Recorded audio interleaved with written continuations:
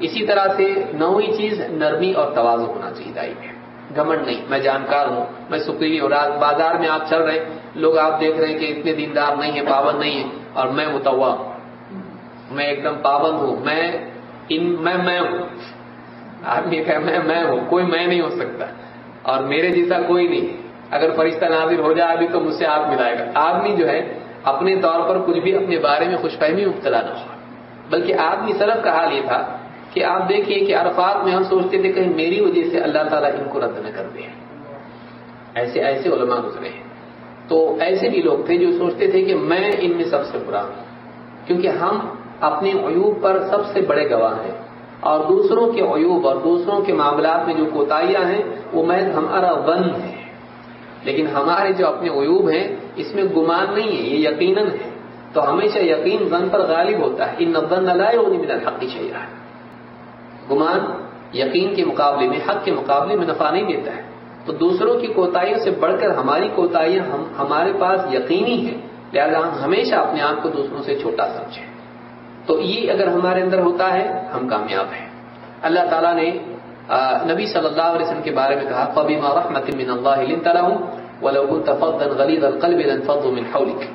اے نبی، یہ آپ کے رب کی رحمت ہے کہ آپ لوگوں کے لیے نرم بنائے گئے ہو.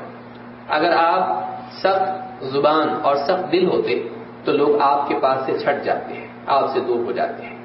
دائی کی صفات میں سے بہت اچھی صفت یہ ہے کہ وہ نرم زبان ہوتا ہے، لیکن سختی کی جگہ سختی بھی ہوتی ہے. حضرت عائشہ کو ڈانٹا، حضرت معاذ بن جبل کو ڈانٹا، لیکن وہ مصلحت کے تحت ہوتی ہے، ورنہ دوام نرمی کو ہے.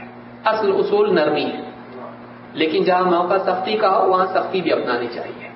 تو دائی کی کیوں؟ اس لیے کہ نرمی دلوں کو جوڑتی ہے، سختی دلوں کو توڑتی ہے. ان الشیطان ینزغ بینہم. اللہ نے کہا ایمان والوں سے کہیے، میرے بندوں سے کہیے، یقول التی ہی احسن، ایسی بات کہیں جو بہتر ہو، حسن والی ہو، خوبی والی ہو. کیوں؟ ان الشیطان ینزغ بینہم. شیطان ان میں آپس میں دراڑ پیدا کرتا ہے، شیطان ان میں آپس میں دوریاں پیدا کرتا ہے. تو ہماری دعوت سخت نہیں ہونا چاہیے، ہمارے اندر نرمی ہونا چاہیے. سخت بات بھی ہم نرمی سے کہیں. ہاں جہاں ضروری ہو سختی ٹھیک ہے، اللہ کے دین کی غیرت میں سخت بھولے آدمی، لیکن یہ عموماً خطابات میں ہوتا ہے. سختی جو ہے خطبے میں، جیسے جمعہ کا خطبہ ہے جس میں واعظ و نصیحت ہوتی ہے، آپ صلی اللہ علیہ وسلم کی اعلیٰ صوت ہو، آپ کی آواز اونچی ہو جاتی ہے اور آپ یعنی غصے میں گویا کہ آپ کی آنکھیں ایک دم سرخ ہو جائیں، اس طرح سے آپ دیتے تھے خطبہ، اس لیے کہ لوگوں کو جھنجھوڑنا ہوتا ہے.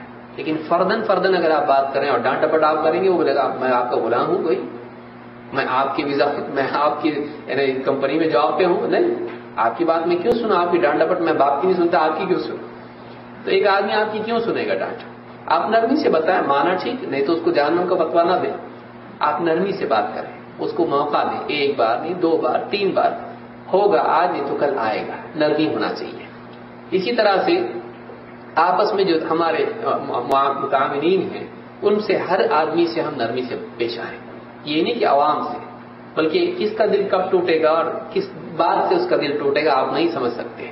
کبھی کبھی آدمی ذاتی زندگی میں پریشان ہوتا ہے، آپ کا ایک سخت جملہ اس کو ایک دم بفرا دیتا ہے، آپ سے دور ہوتا ہے، اتنا زیادہ بول دیتا ہے کہ آپ بھی اس سے ناراض، وہ بھی آپ سے ناراض، تعلقات خراب ہے.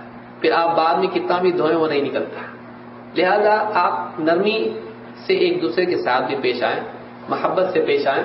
یہ قوت ہے، آپس میں ایک دوسرے کے ساتھ محبت کا سلوک، یہ ہم کو آپس میں جوڑتا ہے. اور کوئی ایک آدمی بڑا کام نہیں کر سکتا ہے. اللہ تعالیٰ نے کیا فرمایا؟ هو الذی ایدک بنصرہ وبالمؤمنین. اے نبی، اللہ نے اپنی نصرت سے آپ کی تائید کی اور ایمان والوں کے ذریعے سے. تو اتنے بڑے نبی ہیں، لیکن اللہ نے جتایا کہ اللہ کی مدد ایک تو اللہ کی آسمانی نصرت سے آئی، دوسرے زمین میں جو صحابہ آپ کے اطراف تھے ان کی تائید سے بھی اللہ نے آپ کی مدد کی ہے. تو بڑا کام کرنے کے لیے کئی لوگ لگتے ہیں، اس کا بھی خیال رکھنا چاہیے.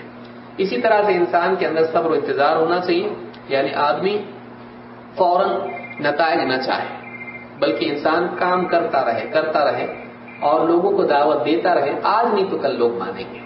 صبر و انتظار اگر انسان کے پاس ہوگا تو اس کی دعوت کامیاب ہوگی.